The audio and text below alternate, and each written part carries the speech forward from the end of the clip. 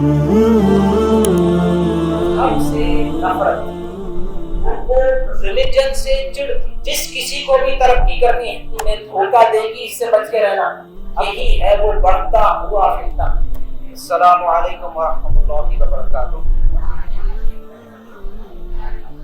نحمده ونستعینه ونستغفره ونعوذ باللہ من شرور انفسنا ومن سیئات اعمالنا۔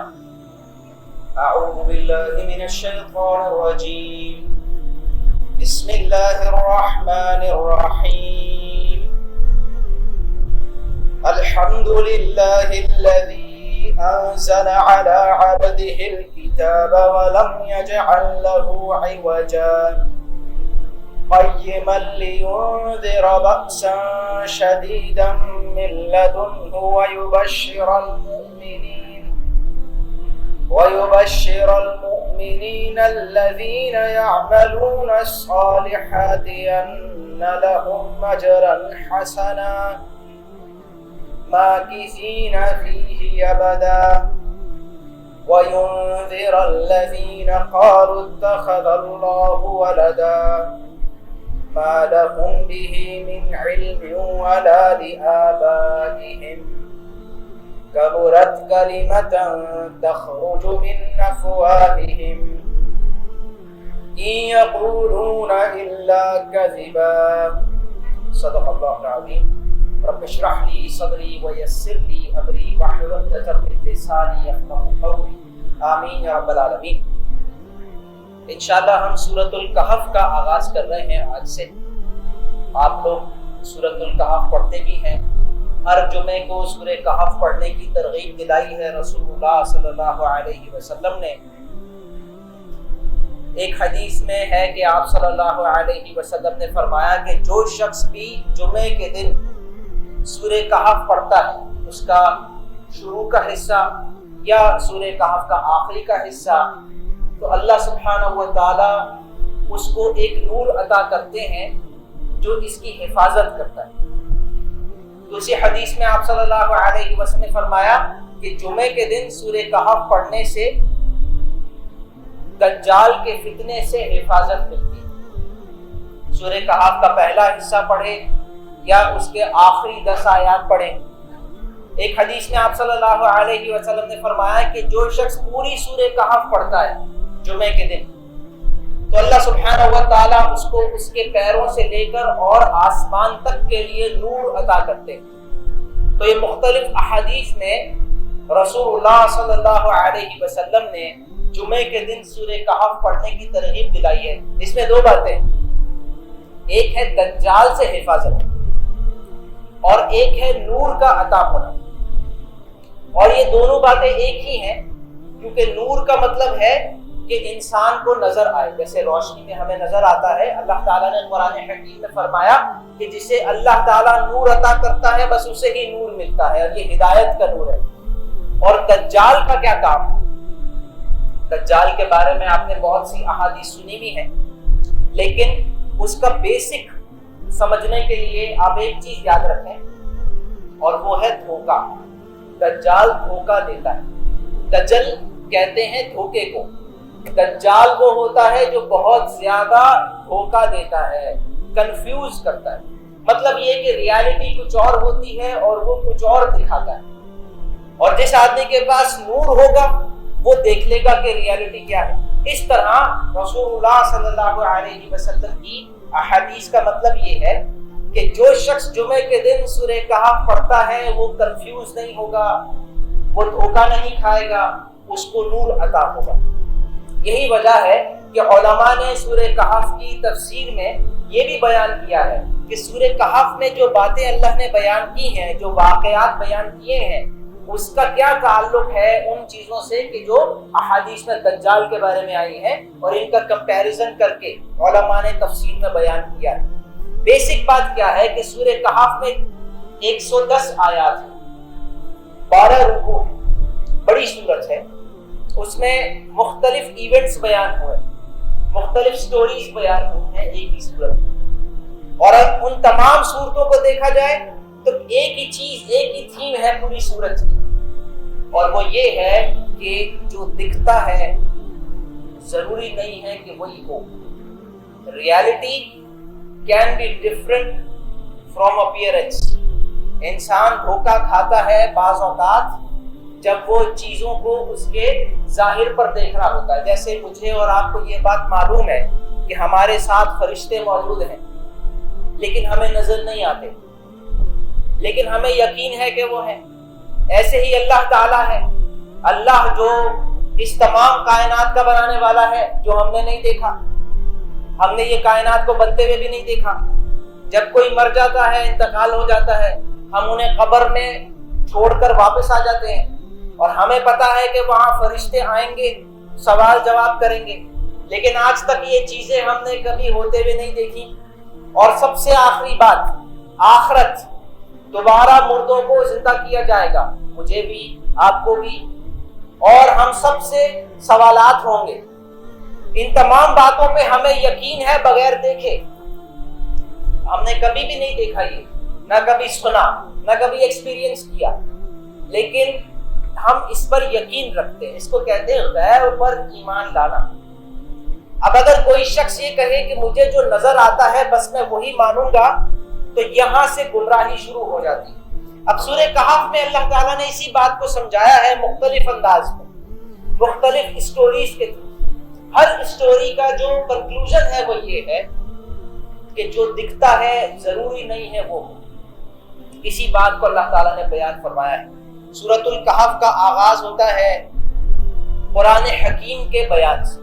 اللہ تعالیٰ نے فرمایا اعوذ باللہ من الشیطان الرجیم الحمدللہ الذی انزل علی عبدہ الکتاب وَلَمْ يَجْعَلْ لَهُ عِوَجًا, کہ تمام تعریفیں اس اللہ کے لیے ہیں جس نے اپنے بندے پر کتاب نازل کی اور اس کتاب میں کسی قسم کی کوئی کمی نہیں رکھی.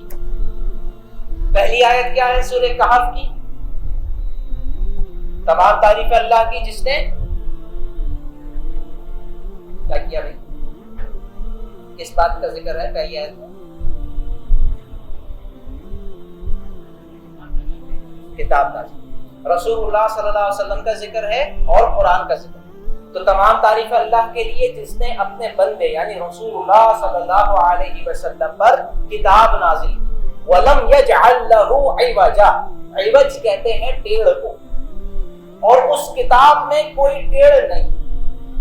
قیماً, اگلی آیت کا پہلا لفظ کیا ہے؟ قیماً, بالکل اسٹریٹ, قائم اور قائم کرنے والی. یعنی قرآن حکیم اس میں کوئی چیز غلط نہیں, کوئی چیز فالٹی نہیں ہے, ہر چیز اسٹریٹ ہے, اس میں کوئی عوج نہیں ہے.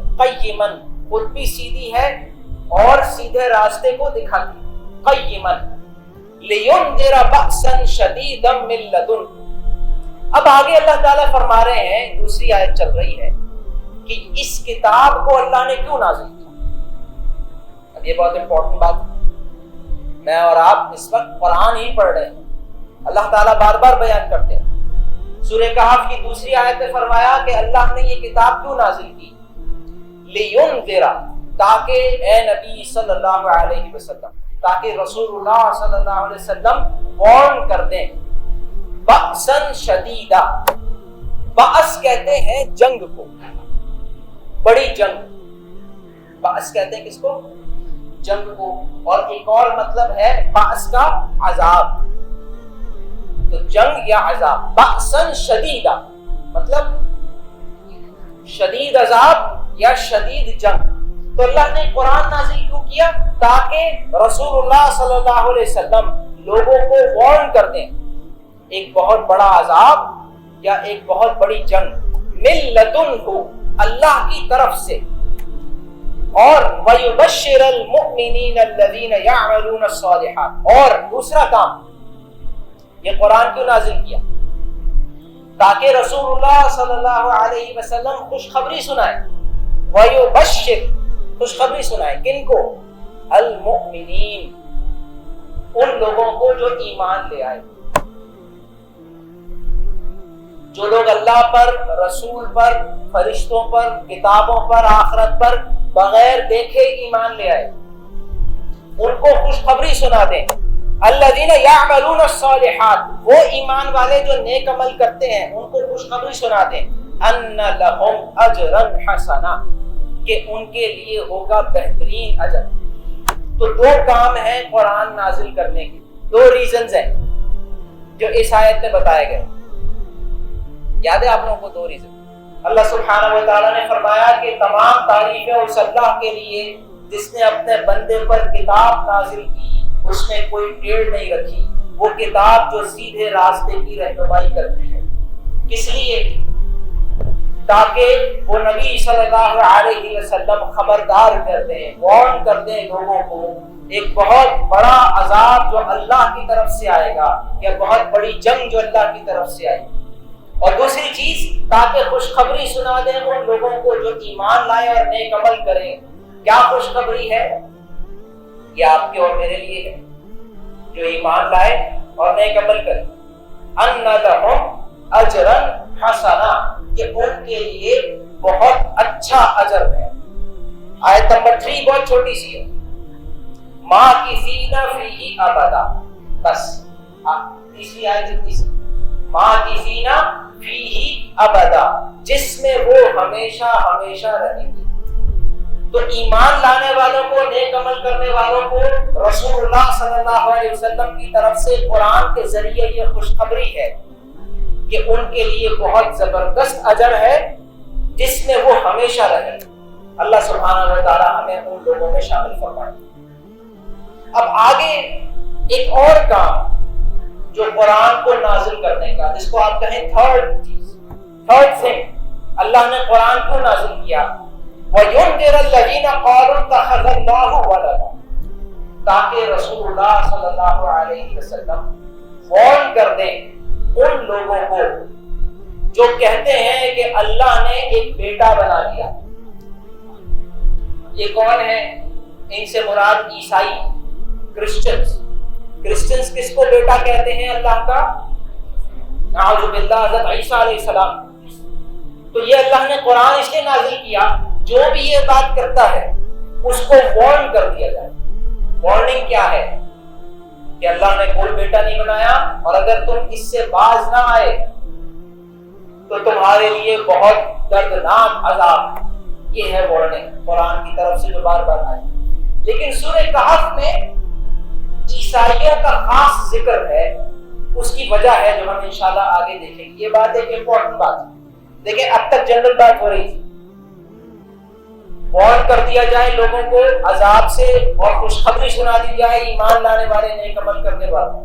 اب خاص طور پہ عیسائیوں کا ذکر ہے کیونکہ آگے دجال، اس کا دھوکہ اور ایک بہت بڑا فتنہ جو پوری انسانیت پہ آنے والا ہے، اس کی طرف اشارہ آئے گا۔ اس میں عیسائیوں کا بہت بڑا رول، اسی لیے سورہ کہف کے اسٹارٹ ہی میں عیسائیوں کا ذکر ہے، وَيُنذِرَ الَّذِينَ قَالُوا اتَّخَذَ اللَّهُ وَلَدًا۔ اور اللہ نے یہ قرآن اس لیے نازل کیا تاکہ رسول اللہ صلی اللہ علیہ وسلم وارن کر دیں ان لوگوں کو، وارننگ دے دیں ان لوگوں کو جنہوں نے کہا کہ اللہ نے بیٹا بنا لیا، مَا لَهُمْ بِهِ مِنْ عِلْمٍ وَلَا لِآبَائِهِمْ۔ فرمایا کہ اس بات کا کوئی علمی ثبوت نہ ان کے پاس ہے، نہ ان کے باپ دادوں کے پاس تھا۔ کبرت کلمۃ تخرج من افواہہم، بہت بڑی بات ہے جو ان کے منہ سے نکلتی۔ کبرت کلمۃ، یہ جو کلمہ ہے جو ان کے منہ سے نکلا ہے، نعوذ باللہ کہ عیسیٰ علیہ السلام اللہ کے بیٹے، یہ جو بات یہ کر دیتے ہیں یہ بہت بڑی بات ہے، بہت بڑا گناہ ہے۔ کبرت کلمۃ، بہت بڑا ہے یہ کلمہ جو ان کے منہ سے نکل جاتا ہے، بہت بڑے گناہ کا۔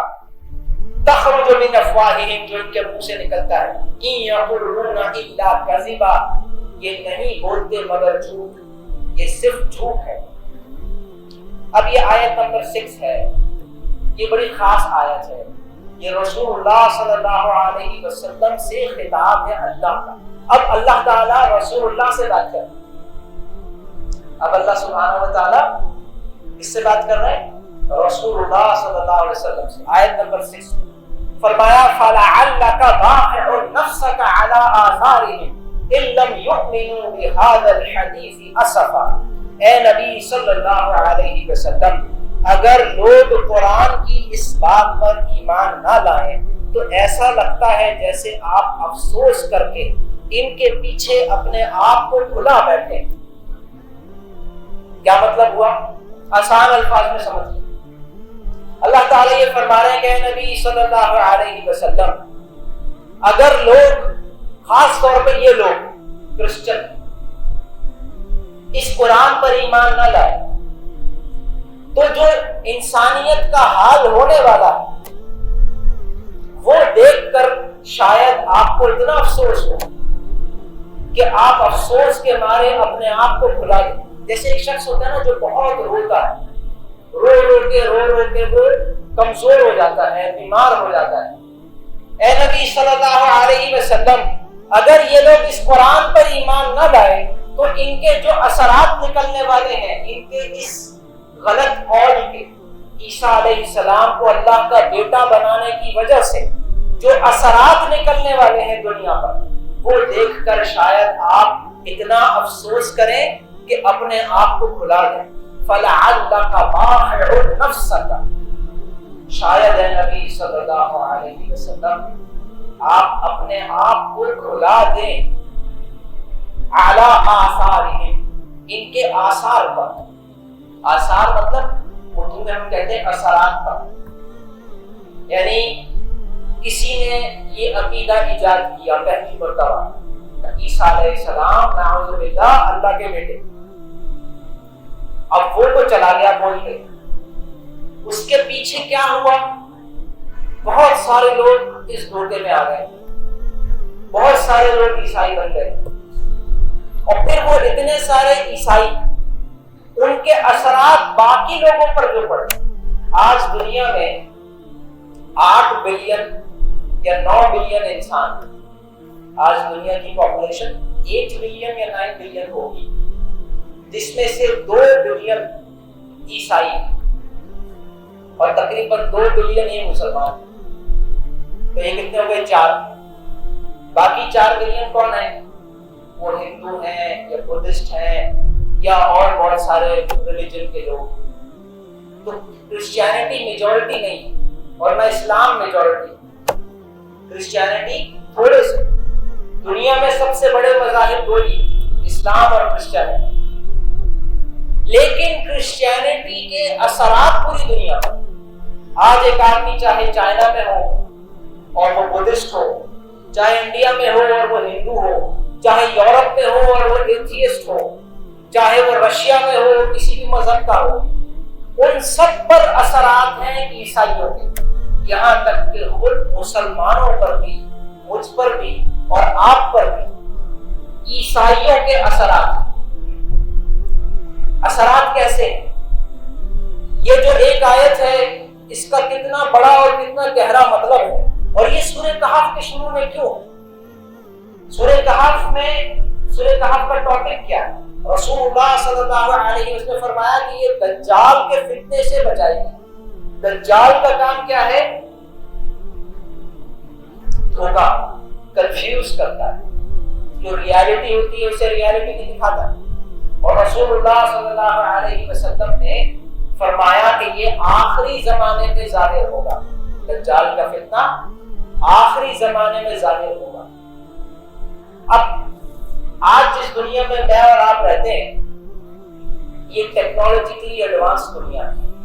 آج ہمارے پاس فون ہے، ہم گاڑی میں سفر کرتے ہیں اور یہ ہمارے لیے نارمل سی بات ہے، لیکن آج سے 300-400 سال پہلے لوگوں کو ان چیزوں کا پتہ بھی نہیں تھا۔ آج سے 300-400 سال پہلے لوگ گھوڑے پہ سفر کرتے تھے، اونٹ پہ سفر کرتے تھے، ان کے پاس تلواریں ہوتی تھیں اور کوئی اور خاص ٹیکنالوجی نہیں تھی۔ لیکن اس سے پہلے چلے گئے 3000 سال تو بھی یہی پکچر ملے گی، گھوڑے، اونٹ، نیزے، تلواریں۔ یعنی انسانیت کی جو پروگریس ہے وہ بہت سلو تھی، زیادہ ٹیکنالوجی نہیں آئی تھی۔ ٹیکنالوجی آتی تھی لیکن بہت آہستہ چیزیں ایجاد ہوتی تھی۔ لیکن آج سے کچھ 300-400 سال پہلے ایک ایکسپلوژن ہو گیا اور ٹیکنالوجی کا گراف بہت تیزی سے چینج ہو گیا. مطلب آپ اگر اس کو گراف میں بنائیں گے کہ ہماری زندگیوں میں کتنا فرق پڑ گیا, پہلے کے انسان اور آج کے انسان کی لائف میں کتنا فرق ہے. تو پہلے 3000 سال میں کوئی زیادہ فرق نہیں تھا انسان کی زندگی میں. اس کے گھر کیسے ہوتے تھے, اس کا کھانا پینا کیسے ہوتا تھا, اس کی ٹریولنگ کیسے ہوتی تھی, اس میں کوئی بہت زیادہ فرق نہیں. 3000 سال میں کوئی خاص فرق نہیں, 300 سال میں بہت بڑا فرق ہے اور یہ بڑھتا چلا جا رہا ہے. With time ہمیں نہیں پتا کہ آج سے 20 سال بعد ہمارے پاس کون سے گیجٹس ہوں اور ہمارا لائف سٹائل کس طرح کا. جیسے آج سے 20 سال پہلے اسمارٹ فون نہیں ہوتا تھا سب کے پاس. آج سے 20 سال پہلے ہر کسی کے پاس ٹچ اسکرین والا فون ہونا, ہر کسی کے ہاتھ میں انٹرنیٹ ہونا, یہ نہیں ہوتا تھا. انٹرنیٹ بس پی سی کے اندر ہوتا تھا, فون ہوتے تھے صرف بات کرنے کے لیے. اور آج سب کے پاس فون ہے اور فون آنے سے بہت ساری چیزیں آبسولیٹ ہو گئی ہیں. اب کہتے ہیں کہ اے آئی آ گیا ہے, اس سے آگے اور بہت ساری چیزیں چینج ہوتی چلی جائیں. تو یہ بہت کوئک چینج. اب اس چینج سے ساری دنیا اثر انداز ہوئی ہے, لیکن یہ چینج سٹارٹ کہاں سے ہوا؟ یورپ سے. آج سے 300 یا 400 سال پہلے یورپ سے سٹارٹ ہوا اور انہوں نے یہ ترقی کرنے کے ساتھ ساتھ ایک اور چیز بھی ساتھ ایکسپیرینس کی, وہ تھا مذہب سے نفرت. ان کو ریلیجن سے چڑ تھی. ان پہ ایک ریولوشن آیا یورپ میں اور وہ یہ تھا کہ مذہب سے جان چھڑاؤ. یہ خدا کی باتیں, یہ آخرت کی باتیں, یہ کتاب رسول, یہ سب ہٹاؤ گے جب ہی تم ترقی کر سکتے ہو. یہ ان کی سوچ بنی. وہاں حالات کیا تھے کہ وہاں مذہب کون سا تھا؟ کرسچینٹی. کرسچینٹی میں جو یہ عقیدہ تھا, غلط عقیدہ, عیسیٰ علیہ السلام کو اللہ کا بیٹا سمجھنا, اس غلط عقیدے کی وجہ سے جو وہاں پہ مذہب بن چکا تھا وہ ایک جھوٹا مذہب تھا, وہ صحیح مذہب تو نہیں تھا. اور اس مذہب کی وجہ سے لوگ جو ہے وہ بیکورڈ تھے. وہ مذہب کیا کرتا تھا؟ سوچنے نہیں دیتا تھا, غور نہیں کرنے دیتا تھا اور چند لوگوں کی حکومت قائم کر دی تھی باقی سب پر. بہرحال ان کا اچھا ایکسپیرینس نہیں تھا ریلیجن میں. انہوں نے ترقی کب کی؟ جب انہوں نے مذہب سے جان چھڑائی. اب ان کی سوچ یہ بنی ہوئی ہے, آج تک یہ بنی ہوئی ہے, جس کسی کو بھی ترقی کرنی ہے اس کو کیا کرنا پڑے گا؟ مذہب سے جان چھڑانی پڑے گی. یہ ان کی سوچ ہے, اس کو کہتے ہیں سیکولرزم. اب یہ سوچ ہے یورپ کی, ضرور نہیں ہے سب کی ہو. یہ تو آپ کا مسئلہ تھا, آپ کا مذہب ہی صحیح نہیں تھا, ہمارا مذہب تو صحیح ہے. جب تک اسلام ترقی کرتا تھا تو وہاں پہ سائنسدان بھی ہوتے تھے, وہ بھی نماز پڑھتے تھے, کوئی پرابلم نہیں آتی تھی کسی کو. لیکن یورپ کے اندر پرابلم آئی, پوری دنیا میں نہیں, صرف یورپ میں پرابلم آئی. لہذا وہاں سے انہوں نے ترقی کی اور وہ پھیل گئے پوری دنیا. انہوں نے فتح کرنا شروع کر دیا دنیا کو. اور انڈیا اور پاکستان جہاں میں اور آپ رہتے ہیں, یہاں کس کی حکومت تھی؟ برٹش. برٹش بھی یورپ میں. اسی طرح سے افریقہ میں فرانس کی حکومت تھی اکثر علاقوں میں. کچھ جگہوں پر پورچوگل کی حکومت تھی, کچھ جگہوں پر نیدرلینڈز کی حکومت تھی, کچھ جگہوں پر اسپین کی حکومت تھی. یہ لوگ سب پوری دنیا پر قابض ہوئے. جب یہ قابض ہوئے تو ان کی سوچ وہاں بھی چلی گئی. آج پاکستان میں ایسے بہت سارے لوگ رہتے ہیں جو آپ سے ایگزیکٹلی یہی بات کریں گے کہ اگر آپ ترقی کرنا چاہتے ہیں تو آپ کو کیا کرنا پڑے گا؟ مذہب سے جان چھڑانی پڑے گی, آپ کو سیکولر ہونا پڑے گا. آج بھی یہ سوچ چل رہی. یہ پہلے نہیں تھا, یہ بعد میں ہوا. یہ اثرات ہیں. کس کے اثرات ہیں؟ کرسچینٹی کے اثرات ہیں. اس کے بعد کیا ہوتا ہے کہ ہم سب کو ظاہر سی بات ہے ٹیکنالوجی اچھی لگتی ہے، ہم سب کو ٹیکنالوجی اچھی لگتی ہے. اور ٹیکنالوجی کب آئی؟ جب یورپ نے مذہب کو چھوڑا. اب آپ کو یہ کسی کو بتانے کی ضرورت نہیں ہے، ہر بچہ ہر جوان یہی سمجھتا ہے کہ اگر آپ کو ترقی کرنی ہے تو یورپ جانا پڑے گا، اگر آپ کو ترقی کرنی ہے تو آپ کو کان میں بالی پہننی پڑے گی، گٹار بجانا پڑے گا، آپ کو یہاں ٹیٹو بنانے پڑیں گے ہاتھ پہ، آپ کو اسپائس رکھنے پڑیں گے، کوئی ضرورت نہیں ہے شادی وادی کرنے کی. یہ سب سوچیں کہاں سے آئی؟ حالانکہ ان چیزوں کا ترقی سے کوئی تعلق نہیں. ترقی تو ہوتی ہے انسان کا نیچر ہونا. یہ سوچ ساری یورپ سے آئی، صرف ہمارے پاس نہیں آئی. یہی چائنا کا بھی مسئلہ ہے، یہی انڈیا کا بھی مسئلہ ہے. جو میں اور آپ روزانہ یہاں فیس کرتے ہیں ایگزیکٹلی وہی لوگ وہاں بھی فیس کرتے ہیں. وہاں کے جو مذہبی لوگ ہیں ہندو، ان کے نوجوان ہندوازم سے بھاگ رہے ہیں. چائنا میں جو مذہب ہے بدھسٹ ہے، بہت بڑا مذہب، یا کنفیوشس کا مذہب ہے، وہاں کے نوجوان اس مذہب سے بھاگ رہے ہیں. امریکہ کے اندر کرسچینٹی بہت اسٹرانگ ہے، وہاں کے لوگ اس سے بھاگ رہے ہیں. ساری دنیا میں لوگ یہ سمجھتے ہیں کہ مذہب نے ہمیں بیکورڈ کر دیا ہے، یہ دقیانوس لوگوں کا کام. یہ سوچ پھیلائی ہے ان کے اس جھوٹے عقیدے. اب آخری بات اس کا دجل سے کیا تعلق، وہ انشاءاللہ ہم زیادہ ڈیٹیل میں پڑھیں گے اگلی بار. دجل سے یہ تعلق ہے کہ اللہ تعالیٰ نے قرآن میں بار بار یہ کہا کہ یہ دنیا کی زندگی دھوکہ دیتی. دنیا کی زندگی کیا ہے؟ دھوکہ. اصل زندگی آخرت کی ہے، دنیا کی زندگی انسان کو دھوکہ دیتی ہے. اس سائنس نے آ کر کیا کیا ہے کہ دنیا کی زندگی کو اور خوبصورت کر دیا. اب اور مزہ آتا ہے. آپ سوچیں کہ آج ایک آپ لوگوں کی عمر کا نوجوان وہ کیا کرنا چاہتا ہے انٹرٹینمنٹ کے لیے. اب جیسے ہر کوئی ویڈیو گیم کھیلنا چاہتا ہے، اور نہیں چاہتا بھائی کہ PS5 ہو، فیفا کھیل رہے ہوں، سارے دوست گھر پہ آ جائیں، پیزا آرڈر کر لیں. صحابہ کو اگر وہ ہوتے، حضرت ابوبکر صدیق ہوتے، حضرت علی ہوتے، ان کو آپ یہ بولیں کہ چلے ویڈیو گیم کھیلتے ہیں اور پیزا آرڈر کرتے ہیں، تو ان کو سمجھ میں نہیں آئے گا آپ بول کیا رہے، ان کو پتہ ہی نہیں چلے گا یہ ہوتا کیا ہے. ہمارے لیے تو اچھی خاصی پرابلم ہے کیونکہ یہ چیزیں بڑی اٹریکٹیو ہیں. اسی طرح ٹیلی ویژن شوز ہیں، نیٹ فلکس ہے، 1500-2000 روپے مہینہ لیتے اور ساری فلمیں دیکھتے ہیں نان اسٹاپ. تو کیسے روکے ایک نوجوان اپنے آپ کو جب انٹرنیٹ اتنا سستا ہے، ویڈیو گیم اتنے سستے ہیں، فلمیں اور ڈرامے اتنے اٹریکٹیو اور اتنے سستے ہیں. یہ تو بہت بڑا فتنہ ہے. اچھا صحابہ کے پاس یہ سارے فتنے نہیں تھے، نہ ویڈیو گیم تھا، نہ فلمیں تھی، نہ اس طرح سے کوئی بے حیائی عام تھی. اس کے باوجود جب قرآن نازل ہو رہا تو قرآن کیا کہہ رہا ہے کہ یہ دنیا کی زندگی تمہیں دھوکہ دے گی، اس سے بچ کے رہنا. اب آپ اور میں ذرا غور کریں کہ جب قرآن نازل ہو رہا ہے اس وقت تو یہ سب چیزیں تھی نہیں. وہ کیا کرتے ہوں گے انٹرٹینمنٹ کے لیے؟ کبھی سوچا؟ اس دور کے لوگ جب آپ صلی اللہ علیہ وسلم مکہ میں قرآن کی دعوت دے رہے تھے اور کچھ لوگ کافر قرآن کی بات سننے کے بجائے وہ انٹرٹینمنٹ کر رہے تھے. وہ کیا تھی انٹرٹینمنٹ؟